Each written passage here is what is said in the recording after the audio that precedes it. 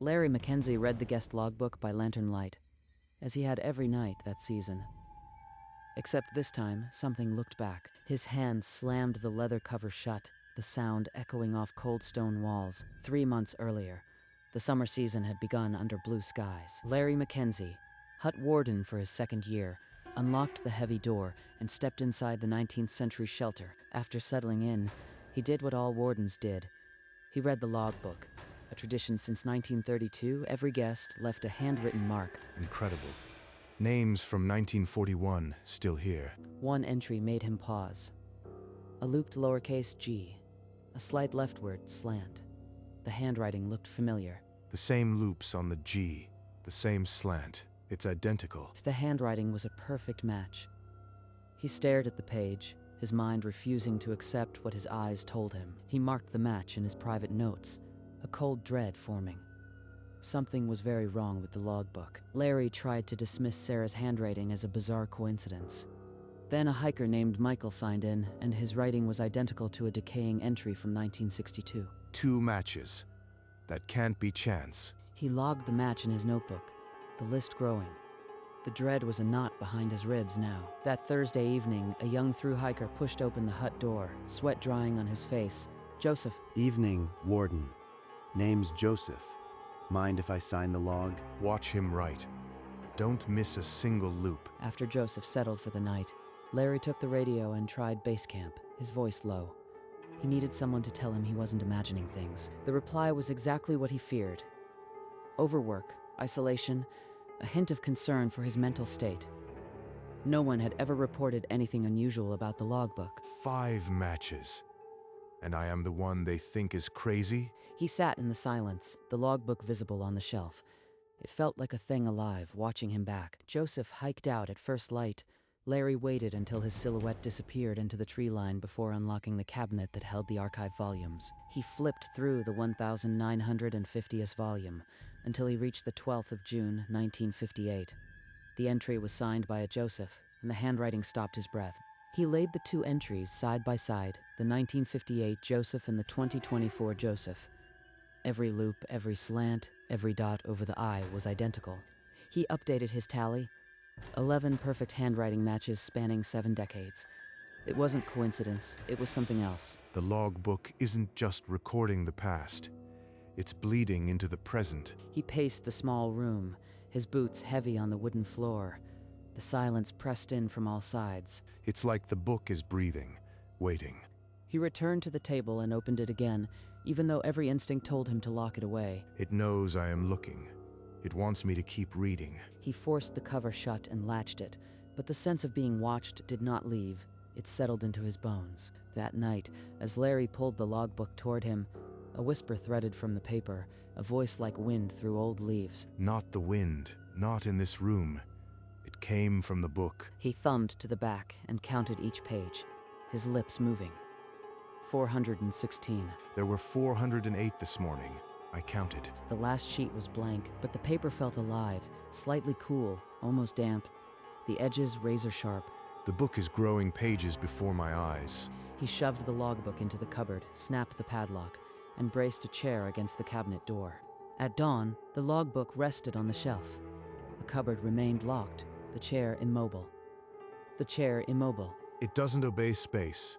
It doesn't obey time. He reached for the radio handset, his fingers cold. Frank Morrow was the only one who might have answers. The radio crackled. Larry called the only person who had run this hut before him, the man who had been warden for 27 seasons until his retirement. Mackenzie, that you? This line's been dead for 3 months. Frank, I need to ask you something about the logbook. Have you ever noticed anything wrong with it? Yes. I didn't think it would start this soon. Frank Morrow told him the story they never put in the official records, the warden of 1967. They found him in the spring. The logbook was open to a page with his own name, and the ink was still wet. He'd been dead 5 months. Stay away from that book, Larry. Leave the hut if you can. It doesn't just record history. Before Larry could answer, an automated storm warning cut across the frequency. Heavy snow, winds over 60 miles an hour, all trails impassable by morning. Storm's coming. No way out now. He set the handset down. The logbook sat on the shelf, patient and waiting. Despite Frank's warning, the pull was stronger than fear. Larry opened the logbook to the blank pages at the back, his hands moving without permission. A fresh entry stared up at him, the ink still glossy. Claire, twisted ankle on Falling Rock Trail. Date, the 18th of July, 2024. That date is 3 days from now. It hasn't happened yet. 3 days later, on the afternoon of the 17th, the hut door swung open and a wind-blown hiker stepped in, shivering. Thank God. I thought this storm was going to swallow me whole. Name's Claire. Got room for one more? Claire. The name. The entry. No, it can't be. The next morning, despite Larry's mumbled warning about the trail, Claire set out. Hours later, she limped back, her ankle swollen and bruised. Think I twisted it pretty bad. Slipped on that loose shale on Falling Rock. Mind if I stay another night? Larry's blood froze. Every word of the entry had been exact. The name, the trail, the injury. It wrote her accident before she even arrived. What else has it written about me? That night, alone in the lantern light, Larry checked the blank pages again. He had to know. 3 new entries. A rainstorm on the 22nd. A lost hiker on the 24th, a fallen tree on the 26th. On the 22nd, the sky opened. The storm arrived precisely as the logbook had promised, drumming against the stone walls. On the 24th, a hiker staggered in, disoriented, saying he'd been lost near the ridge for hours. It's not predicting. It's writing. And it's writing faster. The entries appear about 4 days before the event. Always 4 days. That night, sleep brought no rest. He dreamed of snow and a shape lying still in the drifts outside the hut. The shape was his own body, face white, the logbook open beside him. Just a dream. Just a dream. But when he lit the lantern, the logbook was open to the blank pages, a new entry still wet, and he refused to read it. 2 days passed, but the logbook swallowed every attempt at distance. It drew his eyes, his steps, until he stood over it again. I need to know, even if it destroys me. He flipped past the known entries, to the very end where the pages had always been blank. Larry Mackenzie died of exposure on the trail above the hut. The 3rd of October, 2024. It was his handwriting, and it was signed with his full name. Number. That's my hand. Every loop, every slant. The air left his chest. He stumbled backward, knocking the chair to the floor. October 3rd. That's 3 weeks from now. That's my death date. He slammed the book shut so hard the lantern guttered, and the words stayed burned against his eyelids. He dropped onto the bunk, staring at the dark rafters. The logbook had already written his end. 3 weeks to change something that was written before I was born. Frank. I found it. The logbook wrote my death. October 3rd, in my own handwriting. Read it to me, word for word. Died of exposure on the trail above the hut. It's signed with my full name. Frank, it's my handwriting. It says on the trail, don't go out there on that day. Stay inside. It's your only chance. Stay inside. Not one step outside. That's the crack in the prophecy. He circled the 3rd of October on the wall calendar with a thick red marker. Beneath it, he wrote, "Stay inside," in block capitals. He paced the hut, mentally reinforcing every exit, the windows, the door, the chimney flue, no opening unguarded. He checked his watch. 3 weeks, 21 days. He would be ready. I am not walking into that snow. I am not playing its game. The logbook sat closed on the table. The entry did not change. The countdown had begun. By the 2nd week, the logbook's hunger grew. Entries appeared hours ahead, and some were about Larry. Larry can't sleep. I read that, and the ink was still wet.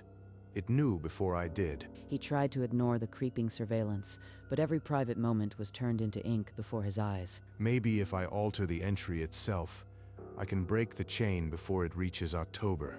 He dragged his pen across the death entry, smearing ink. The original words remained, sharp as a blade. It won't erase. The ink is part of the paper now, like a scar. He tore the page from the binding and fed it into the flames. The fire devoured it in seconds. At dawn, a fresh page held the death entry. It was as if he had never touched the old one. Useless. It writes the future like a playwright. I am just a character in its ink. He returned the logbook to its shelf. His only weapon now was a calendar marked "Stay inside." 3 days before October 3rd, the sky curdled and the temperature plunged. Larry opened the logbook to his death entry one final time, then closed it for good. On October 1st, the blizzard roared over the ridge like a freight train. Snow packed against the windows until the hut became a white tomb. It's coming, not the trail. The storm is the stage, but I won't walk onto it. That night, above the howl, a voice threaded through the wind. It called his name in the unmistakable panic of a lost hiker. Frank said, "Stay inside.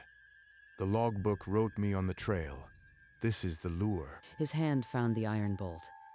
He could feel the cold metal, the weight of the door wanting to open. One step and the entry would win. Number. Those voices are ink. They're the book's final sentence. I won't be its punctuation. He rammed the heavy oak bar down across the door, the sound splitting the small room. Nothing would pull him out tonight. He piled wood on the fire, wrapped himself in blankets, and sat with his back to the stone wall, watching every window. 24 hours. That's all I need. The sun will rise on October 4th, and I'll still be here. October 3rd arrived slowly. The storm deepened, and every creak of the hut sounded like a pen scratching paper. Just hours now. Keep steady. The book's trying every trick. Then his own voice, thick with cold, called from outside the door. "Larry, you can't hide. Come out and face it." That's my voice. The exact cadence. It's stealing my own words to pull me out. Through the snow-whipped window, he saw a figure. His face, his beard, his sweater, standing motionless on the trail, waiting. Stand there all night. I won't be the next entry. Behind him, the logbook on the table flipped its own pages. They settled on the death entry, the ink seeping into the page deeper. It wants me to read it, to accept it, not tonight. He pulled a knife from his belt and held it against his knee. More a talisman than a weapon. Whispered the only words that mattered. Midnight tolled on the old clock. He had survived 12 hours inland from the prophecy, but the worst hours were still ahead. At 1:17 a.m., the hut door shook on its hinges as if a body had been thrown against it. Larry shot upright, heart pounding. The bar held, but the blows came again, rattling the iron brackets. A voice, his own, seeped through the wood like frost. The fire guttered, nearly dying, and a blade of cold air sliced through the room. Larry dragged the blankets tighter, on the table. The logbook fell open to the death entry. The ink throbbed with a faint luminescence, pulling his gaze. Strangling my own name on the page. Frank said, "Don't let it write your end. Read it." And I step into the ink. He lunged forward, slammed the book shut, and rammed it under the bunk. Out of sight, sweat freezing on his face, he checked the door bar, wedged the chair deeper, and pressed his back to the stone wall. Then, like a curtain dropping, the wind died. The blizzard stopped howling. The silence was absolute. He sat in the sudden stillness, the fire beginning to regain strength. The windows were only gray now, not white. It's not dawn yet. Don't let it fool you. The book isn't finished until the sun rises. The hours dragged. Larry sat against the wall, knife in hand, eyes never settling. The silence stretched like a wire. Exhaustion pulled his head down, then snapped it back. Time passed in jagged fragments. When his eyes opened again, the world had changed. Through the window, the snow had stopped falling. He stumbled to the nearest window, pressed his palm flat against the frozen glass. The trail was a blank canvas. I survived. The date is over. I am still inside. He didn't trust it yet. He watched the gray light brighten into full morning, every minute an act of waiting. At last, he unbolted the door and pulled it open an inch. Cold air poured in, clean and silent. No doppelganger. No lost hiker's cry. Just the stunning quiet of a snowbound mountainside. He turned back inside. The logbook sat on the table, where he had left it, patient as ever. His hands trembled as he reached for the leather cover, knowing that whatever he found inside would change everything. He opened the logbook to the back, to the page that had held his death. The ink was fresh, but the words were different. Larry Mackenzie survived the blizzard by staying inside the hut. He chose to remain. The hut remains attended. Signed LM. He read it 3 times, the loops and slants undeniably his own hand. I chose to stay. The logbook didn't write my death. It wrote my decision. Tears cut through the grime on his cheeks, and he didn't wipe them away. He picked up the pen. On the day's normal log entry, he signed only his initials, LM, for the first time. No full name. Not ever again. The book knows what a name can do. He closed the back section firmly, then the whole book, and placed it on the shelf. He would never read ahead again. The logbook would record, but it would not decide. The morning light filled the hut, and for the first time in weeks, he believed he might have a future. Days passed in flurries of snow and repair. Hikers came and went, warm bodies that signed the logbook then vanished into the tree line. Larry watched each pen stroke with a held breath. On a bright afternoon, 3 thru-hikers stomped into the hut, laughing. One of them peeled off his gloves and bent over the logbook, pen in hand. Mid-signature, the hiker stopped. He flipped back a page, then called Larry over with a confused tilt of his head, tapping an entry dated the next day. Old log. Some of the earlier keepers bound extra pages in the wrong order. Happens. Don't let him see the panic. A casual lie is safer than the truth. He shrugged, and the hiker laughed it off, taking the offered tin of coffee. In 5 minutes, the man forgot. Larry didn't. That night, alone again, the logbook's pull was a current in the dark. He felt it tug at his resolve. I have the rest of the season. The book only writes what I choose to read. He placed his chair facing the hearth, the logbook on its shelf behind him, and let the fire sing. The hut was no longer a refuge. It was a cage with a patient jailer, but Larry had chosen his cell, and that made all the difference. The last hiker had signed out 3 days before. On a white October morning, Larry took down the hut open sign from its hook. Done. Almost. He left a note on the scrubbed table. Just one line. Don't read the blank pages. Trust me. LM. He read it twice. Enough. The warning was the best he could do. He shouldered his pack, locked the heavy door, and stepped onto the frozen trail. He walked until the hut was a tiny shape among the trees, then stopped and turned. For a long minute, he stared at the stone walls that had nearly been his tomb. It's still breathing in there, waiting for someone else's name. Then he faced the trail again and descended, not once looking back again. Behind him, the logbook sat on its shelf, patient and eternal. Months later, when the snow had melted, a new warden climbed the hut. Young, eager, and unaware of what waited inside, he found the note on the table. A scrap of paper, the ink faded but the warning clear. Don't read the blank pages. Trust me. He smiled, thinking it a joke from the previous warden. He lifted the logbook from the shelf, the leather warm under his fingers. The pages fell open. He read the recent entries, names from the last season, then older ones, loops and slants repeating. He noticed the same handwriting and dates decades apart. A chill crept into the room. His breath quickened. He should have stopped, but his fingers kept turning, past the last entry, into the blank section at the back. The warning had told him not to. He ignored it. The page in front of him wasn't blank. Fresh ink gleamed in the dim light. The screen cut to black before the words came into focus. A cascade of logbook pages flooded the screen, decades of ink bleeding into a blurred mirror. The mirror cleared. Joseph, 1958. Joseph, 2024. The same hand, same loops, same slant. The death entry flashed like a wound.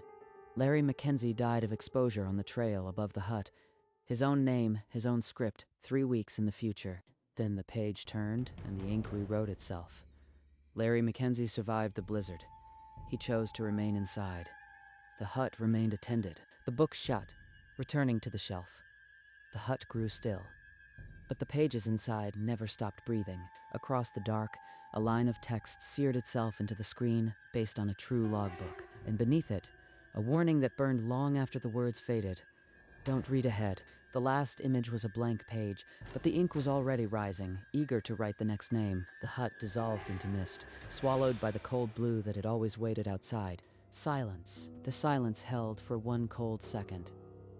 Then the logbook, alone on its shelf, opened without hands. The pages fanned forward, landing on the first blank sheet beyond the last written entry. Ink bled upward from the paper, forming letters that crawled like an open wound. A date. A name. The new warden's name. The one who had ignored the warning. The entry was dated 6 months in the future. Below the name, a single line. found outside the hut, exposure. The hand was none other than his own. The book began to shut itself, but not before one more line wrote itself below. Tell no one. The leather cover sealed shut with a soft thud, echoing like a grave settling. Miles away, Larry Mackenzie woke in the dark, gasping. He didn't know why. He only knew the logbook had turned another page, and high in the White Mountains, the stone hut stood patient, waiting for the seasons to deliver the name inked in its pages. The headline was not a warning. It was a guarantee. The White Mountains kept their secrets, as they always had. On a ridge, the stone hut waited under a blanket of cold stars. Inside, the logbook rested on its shelf exactly where it had been since 1932, its leather supple from a century of hands. A draft from the chimney stirred a single page. It lifted, then settled, as if the book was breathing in its sleep. The next name was already written. It always had been. The ink did not hurry. It knew the seasons better than any warden. Larry Mackenzie never returned to that elevation, but the logbook did not need him. It had outlasted every keeper, and would outlast them all. The trail to the hut remains open to this day. Hikers still sign their names on the crowded pages, unaware of what else is written there. If you ever find yourself in a high-elevation shelter, and you see a leather-bound book with a brass clasp, walk away. Don't read the blank pages. Trust me. The mist swallowed the hut, the mountain, the sky. There was only the logbook waiting in the dark. In the dark, the logbook did not sleep. It never had. A page turned with a sound like a door closing far away. Ink gathered in the gutter of a blank page, pooling like a drop of black blood, then spread into letters. The handwriting was careful, sloping, as if the book had all the time in the world. It was practicing a new name. The pages sighed shut. The brass clasp clicked into place. The hut was still again, but not empty. The Appalachian Trail would open again in spring. Another warden would climb. Another pen would touch the page, and the logbook, patient as geology, would be waiting to write whatever choice they made. Larry Mackenzie understood now. The logbook did not lie and did not forgive. It only recorded. And somewhere in the White Mountains, a page was already filling with a date and a temperature and a name. The hut Warden Horror is virgin territory, but the logbook has been writing in it for 92 years, and it just turned the page.